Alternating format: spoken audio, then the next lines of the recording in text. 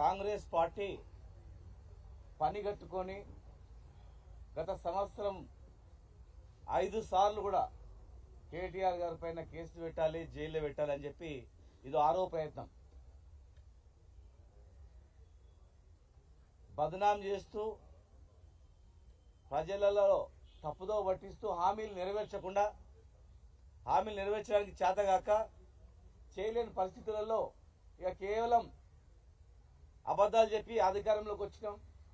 ఇప్పుడు ఏదే కేసుల మీద నడపాలా అనేటువంటి ఆలోచన తప్ప, తెలంగాణ ప్రతిష్టను దెబ్బతీయడం తప్ప వేరే ఆలోచన లేదు. 10 సంవత్సరాలు కష్టపడి తెలంగాణను ఎక్కడి నుంచి ఎక్కడ తీసుకుపోయినాం.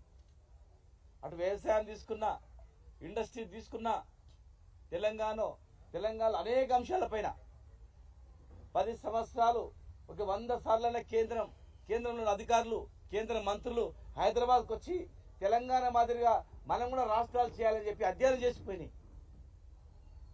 మరి 10 సంవత్సరాలు అధికారంలో ఉన్నప్పుడు దేశం మోడల్గా ఉండాలి, తెలంగాణ మోడల్గా ఉండాలని అనేక రాష్ట్రాల్లో వాళ్ళ ఎలక్షన్స్ మేనిఫెస్టోలో కూడా మేము అధికారంలోకి వస్తే తెలంగాణ మాదిరిగా ఇంటింటికి నీళ్ళు ఇస్తాం, తెలంగాణ మాదిరిగా కళ్యాణ లక్ష్మి ఇస్తాం, తెలంగాణ మాదిరిగా అగ్రికల్చర్ డెవలప్ చేస్తాం, రైతు బంధు ఇస్తామని చెప్పుకున్నారు.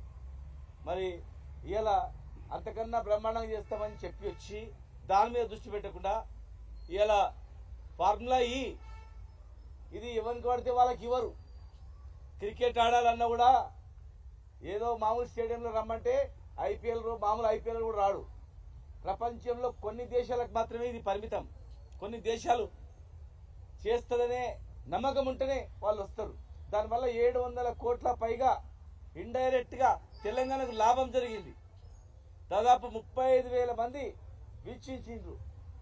హైదరాబాద్ వైపు ఒకసారి ప్రపంచ దేశం చూసిన ఇట్లా బ్రాండ్ ఇమేజ్ పెంచినటువంటి కేటీఆర్ గారిని తెలంగాణలో, హైదరాబాద్ లో ముఖ్యంగా ఒక టాప్ సిటీగా రాబోయే రోజుల్లో ఇండియాలోనే నెంబర్ 1 సిటీగా ప్రపంచ దేశాలతో పోటీ పడుతున్నట్లు చేసినటువంటి ఈ నగరాన్ని ఎన్నో రేడియల్ రోడ్స్, ఎన్నో కంపెనీలు ఒక అద్భుతంగా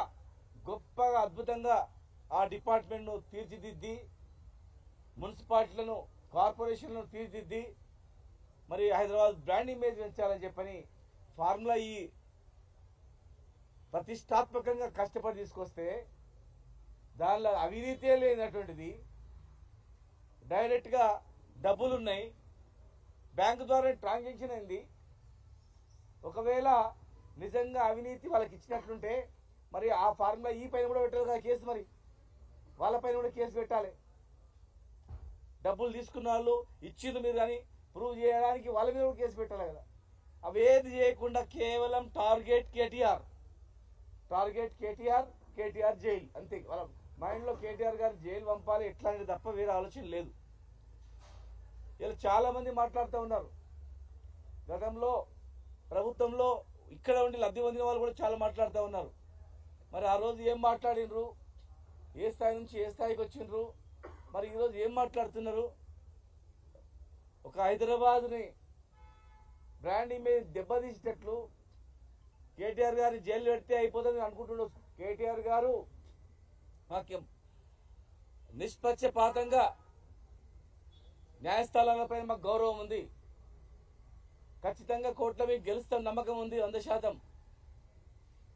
జైల్లో పెట్టినంత మాత్రాన ఇక టీఆర్ఎస్ పని అయిపోయింది ఒక మాట్లాడుతున్నారు, ఇక జైల్లో పెట్టింది అయిపోయిందని.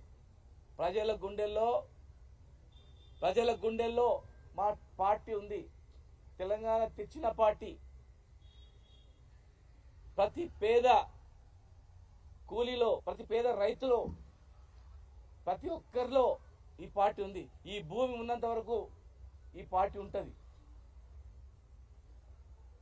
ప్రజలు ఏమనుకుంటున్నారో తెలుసుకోండి, మీరు ప్రజల అభిప్రాయం ఏముందో తెలుసుకోండి. మీరు హామీల మీద దృష్టి పెట్టండి. మేము కష్టపడి తెలంగాణ తెచ్చుకొని ఈ తెలంగాణని ఆగం చేయడానికి కాదు. ఎన్నో ప్రాణాలు పోయినాయి, సంబంధ వర్గాలు పరితపించి కష్టపడి తెచ్చిన తెలంగాణ సంవత్సరంలో మొత్తం ఆగమైపోతుంది. కేసుల మీద దృష్టి పెట్టి హామీ నెరవేర్చకుండా పక్కదారు పట్టేయడానికే ప్రయత్నం జరుగుతుంది తప్ప ఏ ఒక్కటి కూడా తెలంగాణ బ్రాండ్ ఇమేజ్ పెంచే విధంగా ఒక్క చర్య కూడా లేదు. న్యాయపరంగా ఎదుర్కోవడానికి మా పార్టీ సిద్ధంగా ఉంది, కార్యకర్తలు సిద్ధంగా ఉన్నారు.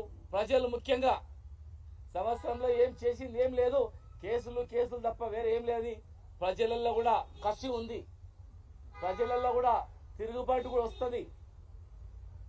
ప్రభుత్వం ఈ బెదిరింపులకు కార్యకర్తలు భయపడరు, జైల్లో పోవడానికి సిద్ధంగా ఉన్నారు, న్యాయంగా ఎదుర్కోవడానికి కూడా సిద్ధంగా ఉన్నాం. పరిపాలన మీద దృష్టి పెట్టి హామీలు నెరవేర్చాలి. ఇవాళ రైతులకు 14,000 నుంచి 12,000 చేసినారు. మరి రైతుల సమస్య మీరు పక్కకు పెట్టేసినారు, హామీలు పక్కకు పెట్టి దారి మళ్లించడానికి ఈ అరెస్టులు కేసులు అని చెప్పి ఇలా నడుపుతా ఉన్నారు. ఇది పద్ధతి కాదు. న్యాయపరంగా ఎదుర్కోవడానికి మేము సిద్ధంగా ఉన్నాం. ఒక పెద్ద సైన్యం, టీఆర్ఎస్ సైన్యం అనేది, దాన్ని ఎవరేం చేయలేరు. ఓడిపోయినంత మాత్రాన ఏదో అయిపోయింది అనుకుంటే పొరపాటు అది. గతంలో ఈరోజు కేంద్రంలో ఉన్నటువంటి పార్టీ కూడా 2 పార్లమెంట్ సీట్లు ఉండే దేశం మొత్తంలో, ఒకటి తెలంగాణనే ఉండే వరంగల్. ఏ పార్టీ ఏం మాట్లాడినా మా పార్టీ కార్యకర్తలు సమయం పాటిస్తారు. న్యాయపరంగా ఖచ్చితంగా ఎదుర్కొంటాం, గెలుస్తాం. మీరు ఏ భయపెట్టించినా, మీరు ఏం మాట్లాడినా దానికి అన్ని రకాలుగా మేము సిద్ధంగా ఉన్నామని చెప్పి మీ ద్వారా తెలియజేస్తాము.